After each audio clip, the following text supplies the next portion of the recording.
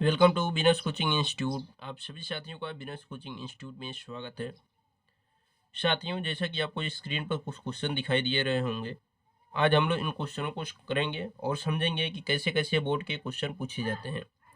इससे पहले हमने बहुत सारे क्वेश्चनों को सॉल्व किया है और बहुत सारे थ्योरी को भी समझाया है। अगर उन वीडियो को आप लोग नहीं देखे हों तो उन वीडियो को आप लोग ज़रूर देखें। चलते हैं, शुरू करते हैं क्वेश्चन को।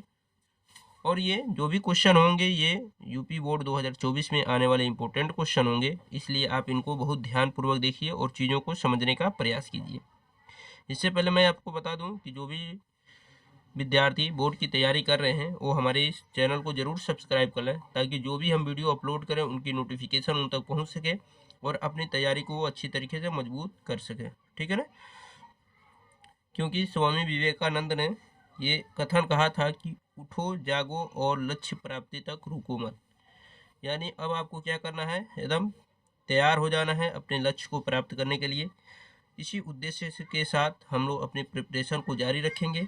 तो चलते हैं, शुरू करते हैं इस क्वेश्चन को। क्वेश्चन क्या है कि दिए गए परिपथ में सेल द्वारा प्रवाहित धारा की गणना कीजिए। ये एक परिपथ दिया गया है, इसमें सेल द्वारा प्रवाहित धारा की मान बताना है। तो देखिए यहाँ पर ये है प्लस सिरा और ये है माइनस सिरा। ठीक, इसमें हमें प्रवाहित धारा का मान ज्ञात करना है। तो हमें सबसे पहले यहाँ से धारा प्रवाहित करना होगा। धारा प्रवाहित हो रही है आई। क्या प्रवाहित हो रही है? धारा आई। जब धारा आई यहाँ आती है तो यहाँ से क्या होती है, ये दो भागों में बट जाती है। कुछ धारा इधर जाते हैं और कुछ धारा ये नीचे वाले में जाते हैं। तो देखिए, जहाँ से धारा बढ़ती है वहाँ से जो प्रतिरोध होते हैं वो समांतर क्रम में हो जाते हैं। इस चीज़ को हमने समझाया भी है। तो यहाँ से देखिए, आप धारा दो भागों में बट रही है। इसमें आप कह सकते हैं I1 है और इधर क्या है, I2 है। तो ये I1 हो गया, ये I2 हो गया। जहाँ से धारा बढ़ती है वो समांतर क्रम संयोजन शुरू होता है, तो ये दोनों समांतर क्रम में होंगे। और अगर ये दोनों समांतर क्रम में होंगे तो इनका तुल्य प्रतिरोध अगर आप मानेंगे R डैश, तो R डैश इक्वल टू क्या, अगर ये R1 मान रहे हैं, इसको R2, R3 और R4 मान रहे हैं, तो R डैश इक्वल टू क्या होगा, R1 इंटू R2 अपान R1 प्लस R2। देखिए, ये समांतर क्रम संयोजन का सॉल्व करने का एक आसान ट्रिक है, जिसको हमने पहले ही वीडियो में सॉल्व करके दिखाया है कि ये फार्मूला बना कैसे है। ठीक है ना? तो उम्मीद है कि आप उस वीडियो को जरूर देखेंगे और चीज़ों को समझेंगे। ठीक है ना? या फिर आप इस तरह लगा सकते हैं 1 upon R dash equal to 1 upon R1 plus 1 upon R2। वहाँ से भी सॉल्व करेंगे तो इसी फार्मूले पे आप पहुँचेंगे। तो देखिए, R1 का मान हमने 8 बताया है, R2 का मान 8 है, तो R1 इंटू R2, नीचे क्या है R1 प्लस R2 यानी 8 प्लस 8। ठीक है, इन दोनों को जब जोड़ेंगे तो 8 8 जा क्या होगा, 64 हो जाएगा। और 8 और 8 क्या होगा, 60 हो जाएगा। 60 से जब इसको कैंसिल करेंगे तो 4 चांस में, तो यानी R डैश का जो वैल्यू आएगा वो कितना आएगा, 4 ओम। यानी इन दोनों का जो तुल्य प्रतिरोध है वो 4 ओम है। ठीक है, लेकिन हमें सबसे पहले क्या करना होगा कि पूरे परिपथ का तुल्य प्रतिरोध निकालना होगा विद्युत धारा की गणना के लिए। तो यहाँ से इन दोनों को सॉल्व करके हमने 4 ओम का प्रतिरोध प्राप्त कर लिया। अब देखिए, ये धारा यहाँ आएंगी और फिर यहाँ पर आके दोनों धाराएं मिल जाएंगी और फिर वही सेम धारा इसमें बहने लगेंगी आई। यानी यहाँ से ये फिर श्रेणी क्रम शुरू हो जाता है। तो इनका तुल्य प्रतिरोध 4 ओम आया है, उनके साथ ये सब क्या होंगे, श्रेणी क्रम में होंगे। तो पूरे परिपथ का अगर तुल्य प्रतिरोध हम R माने तो R बराबर क्या होगा, R डैश, क्योंकि इन दोनों का तुल्य प्रतिरोध R डैश है। इससे पहले हमने इसे R1 R2 बताया था, ये R3 और R4। तो R dash plus R3 plus R4, ये R4 है। अब यहाँ से जब सॉल्व करेंगे तो R डैश का मान क्या है, 4 ओम। इन सब का तुल्य प्रतिरोध 4 आया है। और R3 का वैल्यू क्या है, 5 है। और R1 का वैल्यू क्या है, सॉरी R4 का वैल्यू क्या है, 1 है। जब आप इसको सॉल्व करेंगे तो 4 और 5 9 और 1 10, यानी पूरे परिपथ का जो तुल्य प्रतिरोध होगा वो क्या होगा, 10 ओम हो जाएगा। ठीक है, लेकिन आपसे पूछा गया है धारा। तो जब पूरे परिपथ का तुल्य प्रतिरोध आपने प्राप्त कर लिया, विभवांतर आपको दिया गया है, तो आप धारा का मान बता सकते हैं। आई इक्वल टू क्या होगा, V upon R. I equal to V upon R, ये ओम का नियम है, यहाँ से पढ़े हैं आप। तो V का वैल्यू क्या है, यहाँ पर देख रहे हैं 10 ओम है, तो इसलिए 10 का प्रयोग कर लेंगे। और तुल्य प्रतिरोध पूरे परिपथ का 10 है, 10 से 10 कैंसिल होगा एक बार में। ठीक है ना? तो यहाँ से पूरे परिपथ का जो तुल्य परिपथ में प्रवाहित धारा जो होगी वो आपकी हो जाएगी 1 एम्पियर। ठीक है। तो पूरे परिपथ में जो प्रवाहित धारा होगी वो कितनी होगी, 1 एम्पियर। ठीक है, उम्मीद है कि ये चीज़ें आपको समझ में आ गई होंगी। अब चलते हैं अगले क्वेश्चन की तरफ और अगले क्वेश्चन को समझेंगे।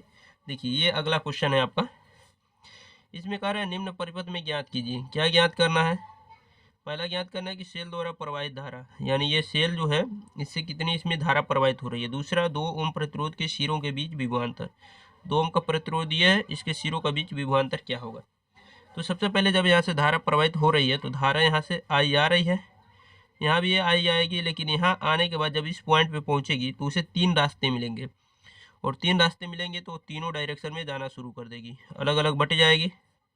ठीक है ना, तो इसमें जो होगा I1 हो जाएगा, इसमें I2 हो जाएगा और इसमें I3 हो जाएगा। इस तरह धाराएं क्या होंगी, अलग अलग बट जाएंगी, और टोटल धारा क्या थी, I थी। जहाँ से धाराएं बटना शुरू होती हैं वहाँ से समांतर क्रम संयोजन शुरू होता है। इस चीज़ को हमने पहले बता चुका है और थ्योरी में भी चीज़ों को कराया है। तो इसलिए आप थ्योरी की क्लास को ज़रूर देखें, क्योंकि आप चाहते हैं कि अगर बोर्ड में अच्छे नंबर लाना, तो इसलिए आपको थ्योरी की क्लास ज़रूर देखनी होगी। अब देखिए यहाँ पर जब यहाँ से बट जाएंगे तो ये तीनों क्या होंगे, समांतर क्रम में होंगे। और समांतर क्रम के लिए हमने फार्मूला बताया है, इनका क्या बताया है, अगर इन तीनों का तुल्य प्रतिरोध, देखिए इसको R1 R2 R3 मान लेंगे और ये R4 कर सकते हैं, इसको आप क्या कर सकते हैं, R4। तो ये R1 R2 R3 और ये R4। तो सबसे पहले इन तीनों को जब जोड़ेंगे तो समांतर क्रम में, और समांतर क्रम में इन तीनों का तुल्य प्रतिरोध अगर R डैश माने तो 1/R डैश इक्वल टू क्या होगा, 1/R1। ये R1 ये R2 और ये R3, तो 1/R1 plus 1/R2 plus 1/R3। देखिए यहाँ से 1/R1, R1 का वैल्यू 3 है, R2 का भी वैल्यू 3 है और R3 का भी वैल्यू 3 है। देखिए सबका डिनोमिनेटर इक्वल है, यानी हर सबका बराबर है, तो किसी एक को लिखेंगे और अंश को जोड़ लेते हैं, तो 1 1 1 तीनों मिलेंगे तो 3 बन जाएंगे, 1/R डैश। 3 एक कम 3, 3 एक कम 3, एक एक बार में कट गए। जब इसको पलटेंगे तो R डैश का मान क्या आएगा, 1 ओम आएगा। ठीक है, यानी इनका तुल्य प्रतिरोध कितना आया, 1 ओम। ठीक, जब 1 ओम आ गया तो उनके साथ ये है श्रेणी क्रम में। तो पूरे परिपथ का अगर तुल्य प्रतिरोध आप R मान के चल रहे हैं, पूरे परिपथ का तुल्य प्रतिरोध R हो तो R बराबर क्या होगा, ये श्रेणी क्रम में इनके साथ ये इनका जो तुल्य प्रतिरोध आएगा उसको जोड़ देंगे, यानी 2 + 1, क्योंकि ये 2 हैं और इनका तुल्य प्रतिरोध 1 आया, जोड़ देंगे तो आप क्या आएगा, 3 ओम। ठीक, ये 3 ओम का क्या होगा, पूरे परिपथ का तुल्य प्रतिरोध हो गया। लेकिन आपसे क्या पूछा गया, सेल द्वारा प्रवाहित धारा, आपसे सेल द्वारा प्रवाहित धारा पूछी गई है। तो इसलिए आप सेल द्वारा प्रवाहित धारा अगर निकालना चाहते हैं तो I = क्या होगा, V/R। ठीक, V दिया गया है यहाँ पर क्या, 6 वोल्ट, तो 6/R। R क्या है, 3, तो 3 से 6 को काटेंगे, 2 बार में कट जाएगा, तो ये 2 एम्पियर की धारा प्रवाहित होगी पूरे परिपथ में। ठीक है ना, पूरे परिपथ में जो धारा प्रवाहित होगी वो कितनी होगी, 2 एम्पियर की। अब उसके बाद अगर आगे बात करें कि 2 एम्पियर की धारा तो प्रवाहित हो गई, ये पहले क्वेश्चन का आंसर है।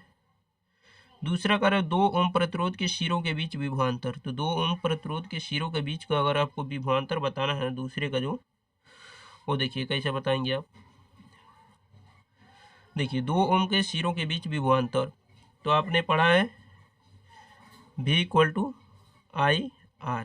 अब I का मान क्या है, 2, और R का मान क्या है, 2 ओम के कारण है, तो 2 ओम यही है ना, तो 2 रख देंगे, तो 2 दूनी 4, तो 2 ओम के सिरों के बीच जो विभवांतर होगा वो हो जाएगा 4 वोल्ट। ठीक है, तो इस तरह आप क्या कर सकते हैं, पूरे अच्छी तरीके से कंसेप्ट को समझते हुए क्वेश्चनों को सॉल्व कर सकते हैं। ठीक, अब चलते हैं, कुछ क्वेश्चन और आपकी स्क्रीन पर दिख रहे होंगे, अब उनको हम सॉल्व करेंगे। देखिए अगला जो क्वेश्चन है हमारे, ये क्वेश्चन है कि 2 विद्युत प्रतिरोधों को श्रेणी क्रम में जोड़ने पर उनका तुल्य प्रतिरोध 25 ओम आता है। इनको समांतर क्रम में जोड़ने पर तुल्य प्रतिरोध 4 ओम आता है। तो प्रत्येक तार का प्रतिरोध ज्ञात कीजिए। देखिए ये एक इम्पोर्टेंट क्वेश्चन है, ठीक है ना, ये बोर्ड के एक इम्पोर्टेंट क्वेश्चन है और इसको देखिए ध्यान पूर्वक, देखिए कैसे इसको सॉल्व करेंगे। कह रहे हैं 2 प्रतिरोध को श्रेणी क्रम में जोड़ने पर उनका तुल्य प्रतिरोध 4 ओम आता है। मान लेते हैं उनका जो 2 प्रतिरोध है वो पहला है R1 और दूसरा है R2। इन दोनों को जब श्रेणी क्रम में जोड़ा जाता है तो इनका तुल्य प्रतिरोध आता है 25 ओम। क्या आता है? 25 ओम। आगे ये भी कहा गया कि इनको समांतर क्रम में जोड़ने पर तुल्य प्रतिरोध क्या आ रहा है 4 ओम। यहाँ से अगर आप R1 का मान निकालना है तो यहाँ से मिल जाएगा क्या 25 माइनस R2, ठीक है ना, इसका यूज आएगा इसलिए हमने निकाल दिया। अब देखिए कह रहा है समांतर क्रम में जोड़ने पर, समांतर क्रम में जब जोड़ेंगे तो क्या होगा, हमने बताया कि दो प्रतिरोधों के लिए समांतर क्रम में तुल्य प्रतिरोध R बराबर R1 into R2 R1 plus R2, ये दो प्रतिरोधों के समांतर क्रम संयोजन का ये फार्मूला है तुल्य प्रतिरोध निकालने के लिए, ठीक है ना, जो आप 1/R से करके निकालते हैं। तो देखिए ये तुल्य प्रतिरोध कर रहा है 4 ओम है, तो ये 4 ओम हो गया।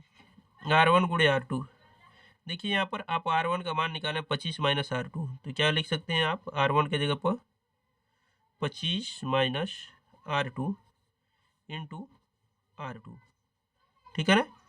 और देखिए R1 प्लस R2 का वैल्यू क्या है 25 है। आप इसका जब इधर मल्टीप्लाई करेंगे 25 का 4 में तो ये बन जाएंगे 100, क्या बनेंगे 100। और 25 का R2 मल्टीप्लाई करेंगे तो क्या आएगा 25 R2 माइनस R2 का R2 में मल्टीप्लाई होगा तो R2 का स्क्वायर, ठीक। इस पूरे मान को जब हम इधर लाएंगे तो ये R2 इधर आएगा तो R2 का स्क्वायर माइनस 25 R2 और प्लस 100 इक्वल टू क्या हो जाएंगे 0 हो जाएंगे, ठीक। अब देखिए इसको जब आगे सॉल्व करेंगे तो क्या होगा, देखिए यहाँ से ये दो घात समीकरण जो है, जो दो घात वाला समीकरण होता है, आप उसको सॉल्व किए हैं तो इसका तरीका क्या है कि पहले का लास्ट में गुणा करते हैं और बीच वाले को दो भाग में तोड़ते हैं। जब इसका इसमें गुणा करेंगे तो 100R2 स्क्वायर होगा, बीच वाले को दो भाग में तोड़िए माइनस 5R2 माइनस 20R2, ठीक है ना। इन दोनों का गुणा करेंगे तो क्या आएगा 100R2 स्क्वायर और दोनों को जोड़ देंगे तो माइनस 25R2 आ जाएगा प्लस 100 इक्वल टू 0। अब देखिए इन दोनों में क्या है कि R2 हो जाएगा कॉमन, क्या हो जाएगा R2 कॉमन हो जाएगा, तो यहाँ से क्या आएगा R2 माइनस 5 और यहाँ से मिलेगा आपको 20 कॉमन हो जाएगा तो क्या मिलेगा R2 माइनस 5 इक्वल टू 0।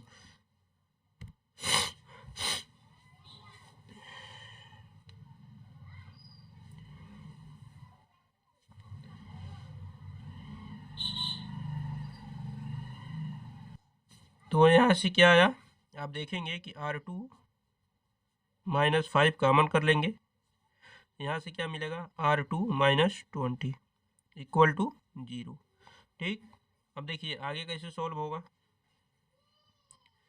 यहाँ से R2 माइनस 5 इक्वल टू 0 करेंगे तो यहाँ से R2 का वैल्यू क्या मिलेगा आपको 5, और एक बार इसको दिखाएंगे R2 माइनस 20 इक्वल टू 0 तो यहाँ से आपको R2 का वैल्यू क्या मिलेगा 20, ठीक है ना।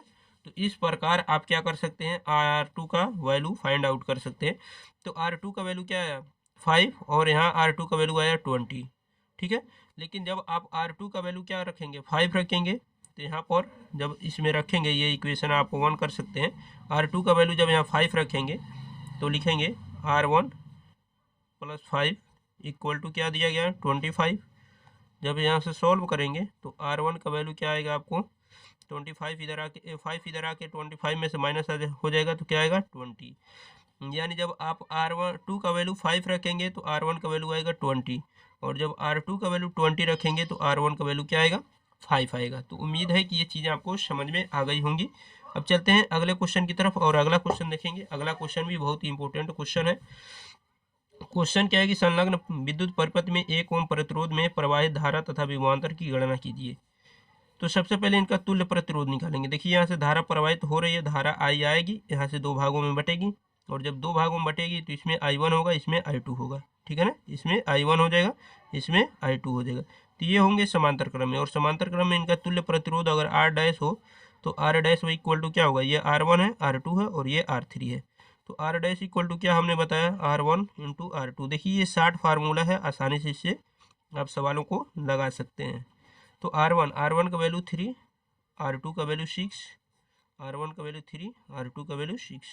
जब आप इसको सॉल्व करेंगे तो देखिए 6 3 जा 80, 18 हो जाएगा, 6 और 3 9 हो जाएगा, 9 से इसको कैंसिल करेंगे 2 चांस में तो ये 2 आ जाएगा, तो आर डैश का जो वैल्यू आया वो 2 आया, यानी इन दोनों का तुल्य प्रतिरोध कितना आया, 2 ओम आ गया। अब ये फिर यही धारा यहाँ पर आके मिल जाएंगे और फिर वही धारा आई इसमें प्रवाहित होगी, तो उसके साथ ये श्रेणी क्रम में होंगे। तो अगर पूरे परिपथ का तुल्य प्रतिरोध आर माना जाए तो आर इक्वल टू क्या होगा, आर डैश का वैल्यू क्या है, इन दोनों का वैल्यू क्या है 2 और प्लस आर, ये R3 है, R3 का वैल्यू क्या है 1। जब इनको सॉल्व करेंगे तो 3 ओम, यानी पूरे परिपथ का जो तुल्य प्रतिरोध होगा वो हो जाएगा आपका 3 ओम। लेकिन आपसे पूछा गया है कि 1 ओम प्रतिरोध में प्रवाहित धारा तथा विभवांतर गणना कीजिए।